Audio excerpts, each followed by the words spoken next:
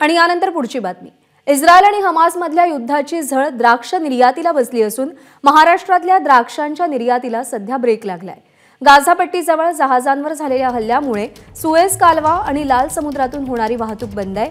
त्यामुळे भारतातून युरोपियन देशांमध्ये होणारी द्राक्षांची निर्यात जहाज वाहतूक कंपन्यांनी थांबवली आहे। दरम्यान आता नेमकी काय परिस्थिती आहे, द्राक्ष निर्यातदारांना याचा कसा फटका बसतोय, याबाबत नाशिकचे प्रसिद्ध द्राक्ष निर्यातदार राजाराम सांगळे यांच्याशी बातचीत केली आहे प्रांजल कुलकर्णी यांनी। आपण पाहूया।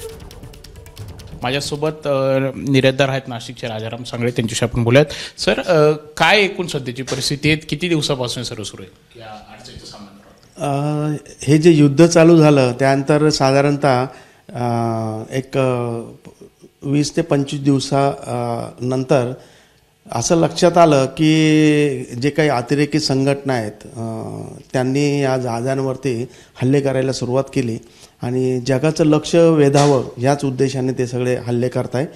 आणि त्याच्यामध्ये मोठमोठ्या कंपन्या, मोठमोठे देश इन्व्हॉल्व आहेत। कारण काय, लाल समुद्रामधून सुएझला कनेक्टिव्हिटी हा युरोपमधला सगळ्यात सरळ मार्गी आणि सगळ्यात सोपा मार्ग आहे, जो की तुम्हाला कमीत कमी एक 15 ते 18 दिवसाचा कालावधी वाचवतो।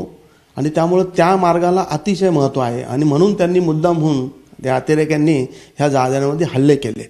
म्हणजे जर तुम्ही रेड सीमधून जाणार असाल तर 9000 किलोमीटरचं अंतर कापल्यानंतर तुम्ही युरोपमध्ये जाता आणि तोच जर रस्ता बंद झाला तर तुम्हाला ते अंतर कापण्यासाठी 19,000 किलोमीटर एवढं अंतर कापावं लागतं आणि त्याच्यासाठी तुम्हाला 17-18 दिवस एक्स्ट्रा लागतात, इंधन जास्त लागतं, भाडे जास्त लागतात। नॉर्मली काय असतं की सगळे युरोपियन देश हे भारतीय द्राक्षांवरती अवलंबून असतात, ते म्हणजे फेब्रुवारी, मार्च, एप्रिल, मे या महिन्यांसाठी। आणि त्यांना माहीत असतं की भारतातले द्राक्ष हे जगातले सगळ्यात स्वस्त द्राक्ष, सगळ्यात चांगली क्वालिटी आणि सगळ्यात स्वस्त द्राक्ष जर असतील तर ते भारतीय असतील या 3 महिन्यासाठी।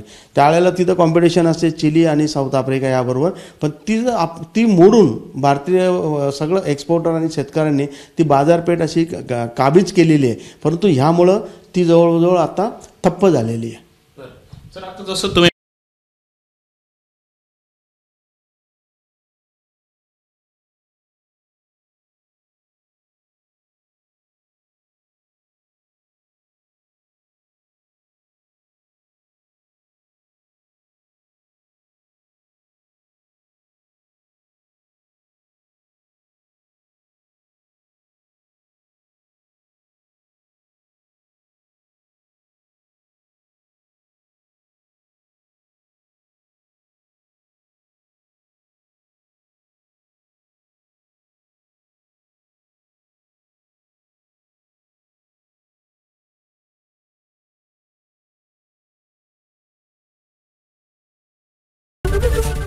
एबीपी माझा, उघडा डोळे बघा नीट।